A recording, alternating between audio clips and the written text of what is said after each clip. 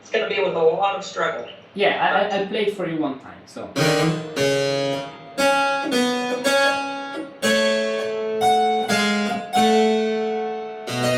Then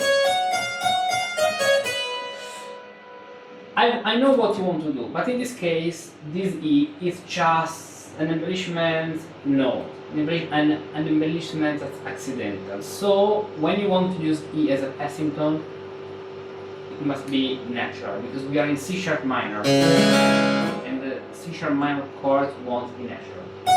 If you use it in this gallant way, it's okay, but then in a passing tone, natural.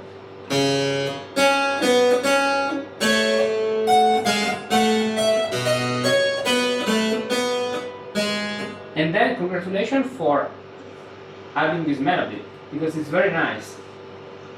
Very nice. My realization was just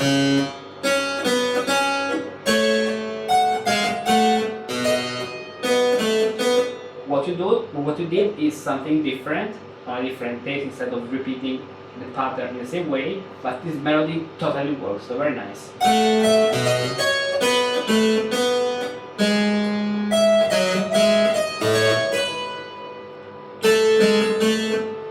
Very nice. Then we have this part.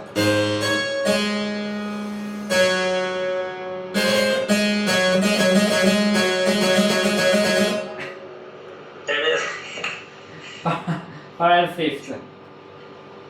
Dang it. Yeah, so we have to do something different at this point.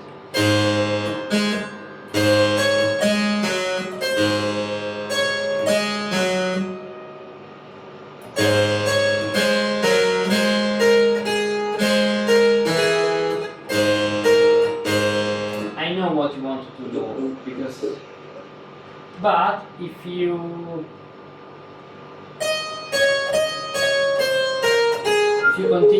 follow the pattern you wrote, so continuing the scale down with A sharp, of course, and you stop for a second this way,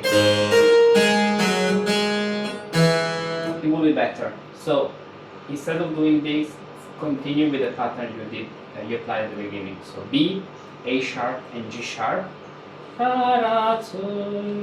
and then, okay, this is a quarter note. You wrote a quarter note this way. Then get rid of the other notes, and you have very nice, because it's a melodic scale.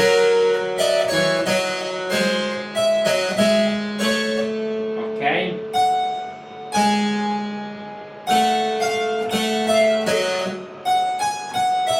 Very nice. Here you could use E sharp following the pattern ta-ra-ta-ra-tan, but since then after E sharp you would need an E natural for the same thing we said at the beginning. This way you can avoid this strange change of the note. Strange, it's not strange, but it may be very chromatic.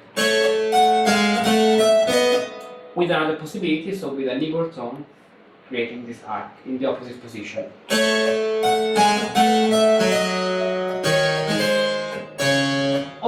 Also this point, as we said before in the other Partimentino, it's okay, this note is totally okay. Now I show you an exception, something similar we can find in Bach.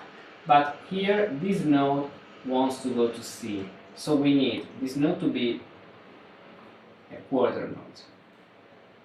And if you like that, you have to add it on the very last, and then not F in this point, but E sharp. I know that on the keyboard they are the same key, but in the harmony they are different harmonies, different notes, because C F is a fourth, but C E is a third, and we want a 3, 5, 8 chord, 3, not 4.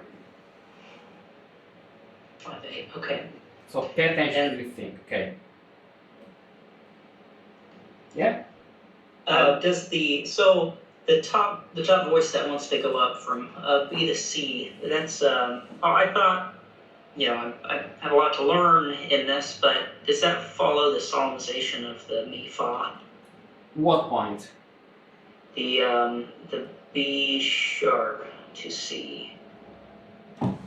This point? Mm-hmm. So, what's the point with the solmization?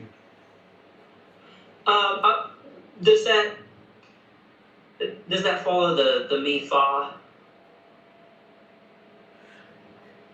The answer is very tricky because in this case what you have is sol la. If you during the solmization you have sol la because you are in the minor key. But let's think that we are in C sharp major, or better, let's think for a moment in C major. So you have mi fa against fa mi, and so it follows the rule in C major. Now, what you have in C minor is a little bit different because in this point of the scale you have the flat in the key because you have 3 flats in C minor. 1, 2, and 3. So you should have sol la because you are on the hexachord based on E flat. U, tre, mi, fa, sol, la. But you're using the melodic scale as an accidental. So it's sol in minor against sol fa in minor in the other voice. Sol fa because the semitone is here. Fa mi. And so in major, yes. In minor, no, because you are using musica ficta. You're using sharps and flat accident. So if we transpose the same thing in C sharp minor, major and minor, semitone up, as we have here, the answer is yes, it works, it follows in the major mode. In the minor mode, you can think it's the same, but be aware that you are in another part of the scale. Okay? But the essence of your question is yes, because I understood what you want to go with this answer. With this question. Understood. Thank you. Yeah, that's enlightening. Yes. Nice. So very good. Let me play this one more time.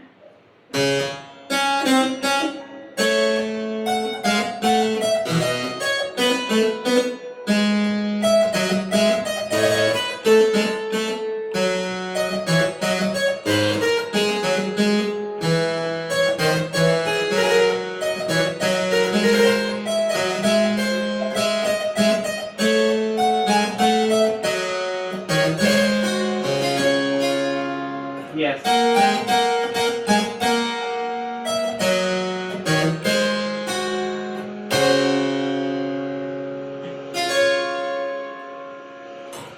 Look at all these books. They are beautiful, each one more than the other, and they contain a lot of information. But they have a big problem. Either you engage in a long, painful battles against the chapters to decipher, understand, and interpret what's written, or they are completely worthless. Think about when you bought your last book to learn how to compose music. How enthusiastic were you? And then, what actually happened? It stayed in your bookcase, gathering dust and rusting away. What you need, therefore, is not 1, 5, or 10 more books. What you need is an experienced guide who takes care to evaluate your current situation, is well aware of what your desired destination is, precisely because you tell him, so he can design the best path for your journey, points out the right exercises, shows you which mistakes to correct and how to correct them, and provides you with concrete tools to improve and get better step by step. In recent years, since I have been here on the web, I have had the pleasure of guiding by hand many people like you to learn how to compose music, to grasp the musical techniques, discover the secrets of musical composition, and then achieve concrete results. Because in the end, that's what matters, that everything you learn becomes a seed that grows your skills, and little by little you become able to compose music. And so you are happy, and happy are the people with whom you share this passion, music. For this reason, in order to help you to achieve these destinations, I've prepared 2 paths, with some things in common, but different. One to become a Renaissance Musicus Practicus, and another one to become a Baroque Musicus Practicus. Are you curious to discover all the beautiful things you can learn with me? Click on this link and download the special informational brochure, which contains all the information you need to make the best choice for you.